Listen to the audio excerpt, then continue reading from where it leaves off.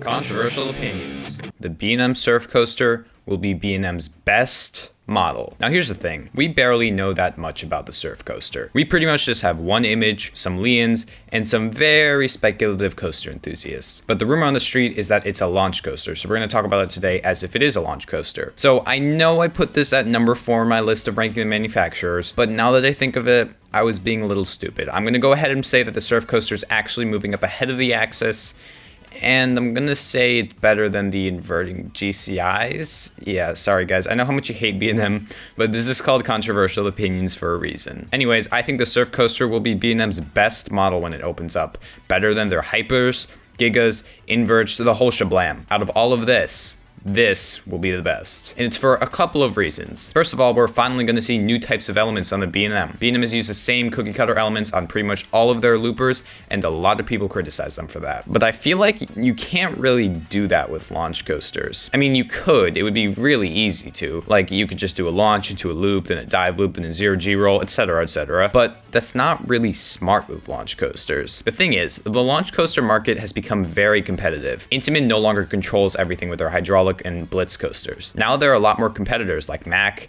Premier, S&S, Vekoma, and even Gerstlauer has experimented with launches. So you can't just come on the scene doing the same thing you were doing 20 years ago, but now with a launch. And I think B&M knows this. We've been seeing B&M get creative, taking a lot of inspiration from RMC, just like Intamin is doing. And I think the Intamin RMC inspired elements look a little better, but don't sleep on these B&M RMC inspired elements. Oh boy, say that 5 times fast. The thing is, these elements are actually really good. You know those speed hills found on a lot of hypers now? Those are RMC inspired elements. Everyone loves them, but they forget that they weren't always there. In fact, most B&Ms don't have a speed hill. The Outer Bank thing on Candemonium. I mean, it's fine. It's not the best thing in the world, but it still is one of the better moments of the ride. And then we have the big kahuna of all RMC elements on the B&M coaster.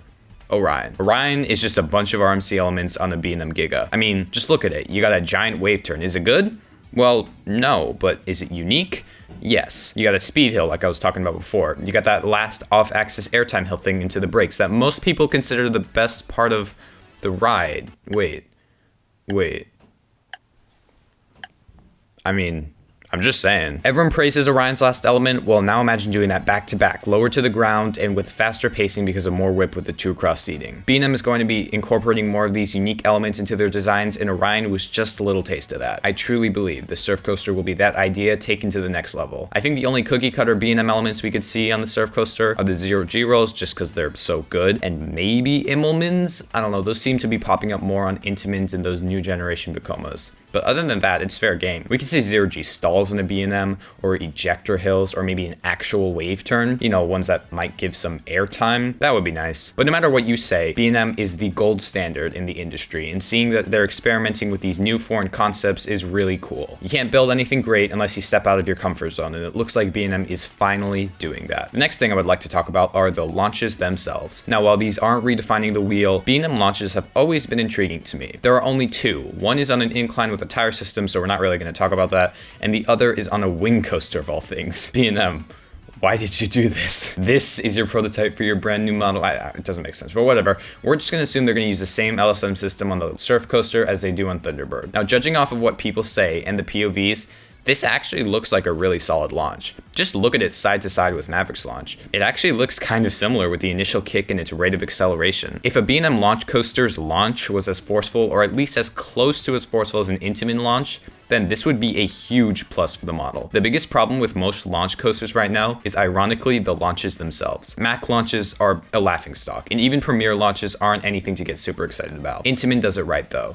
They know how to make a launch. S&S and Gerstlauer also make some surprisingly forceful launches, but they just don't do it that often. If B&M joined Intamin as another company that has a basic understanding of what makes a launch not absolutely dreadful and did it on a consistent basis, then the surf coaster could honestly be better than Mack multi-launches and actually rival the Blitz. B&M has gotten a little too comfy, and it'd be nice to see them have to compete again. Another thing I want to mention is that these will probably be more intense than other B&Ms. These use 2 across seating, so we'll be able to see tighter elements like those RMC inspired elements. One of these was supposed to go to was SeaWorld Orlando, but you might not know this, but SeaWorld Orlando was already supposed to get a launch coaster, Icebreaker. But Icebreaker is more family oriented. They wouldn't add 2 launch coasters back to back if one was going to be a family coaster and the next was going to be a forceless B&M.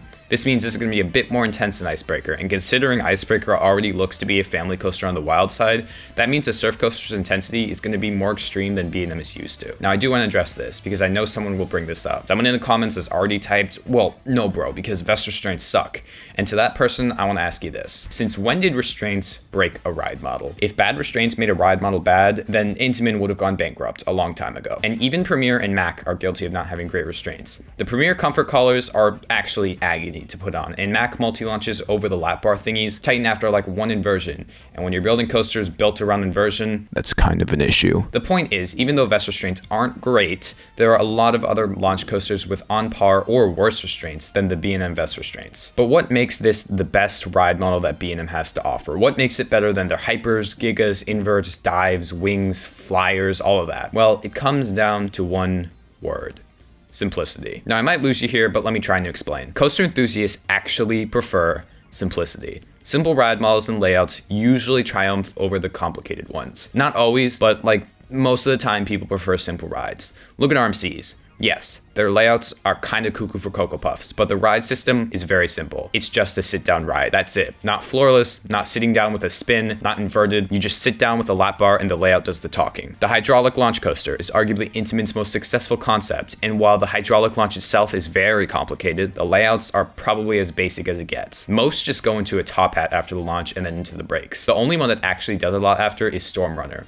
And yet people still love all of these rides. Superman the Ride is considered one of the best, if not the best layouts of all time. And that's an incredibly simple layout. You have a very stereotypical hyper layout in the first half, almost similar to B&M hypers. And then right in the middle, it switches to a twister layout that goes into an airtime hill into a helix. And then another airtime hill into a helix. And then another airtime hill into a helix. And then 2 back-to-back airtime hills. It's not very complicated, but its simple layout is executed so well with the shaping of the elements and the amount of time in between each that it creates a masterpiece of a coaster. B&M is the master of this. They take otherwise cookie cutter layouts and execute the elements so well that the ride is incredible. Think of those crunchy 0G rolls, the super intense bat wings, the 5-second floater hills. There's a reason that B&M have copy and pasted these elements so many times, because they're so good at executing them. A lot of other manufacturers have these gimmicks. It's just too many gimmicks. S&S does super intense launches, but nothing really after that. I don't even know what Premier Ride is doing anymore. They got like everything you could ever imagine on a launch coaster. Intamin's doing that weird switch track now, and they did those inverted launches for a while. Everyone has their own gimmicks, but it seems like nothing beats just a good old-fashioned traditional multi-launch. Maverick isn't anything revolutionary. Like, there aren't any super special gimmicks or technological advancements in it, but it's just a really good, simple launch coaster. It has 2 launches and elements that are executed well. That's it. That's all I need. Helix isn't super crazy either. Yeah, it's built on a hill, but other than that, it's not really gimmicky, and it's still considered one of the best coasters ever. The layout does the talking. Same for Taiga.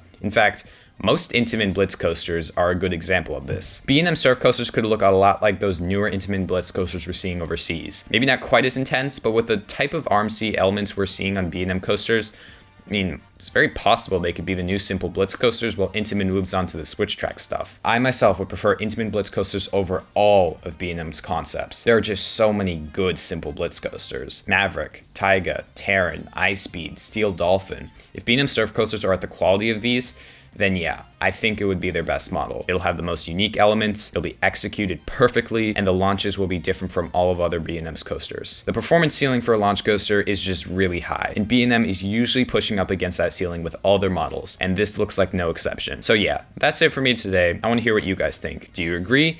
And if you do, where do you think we could see one of these? I know SeaWorld Orlando was supposed to get one, but given that SeaWorld couldn't pay off their 2020 stuff, I don't think their previous 2021, but probably later stuff will still be happening on track. So where do you think it could go, and what do you think one could look like layout-wise? As always, if you liked the video, then consider dropping a like, and if you loved it, then consider subscribing. Thank you guys so much for watching, and I'll catch you later.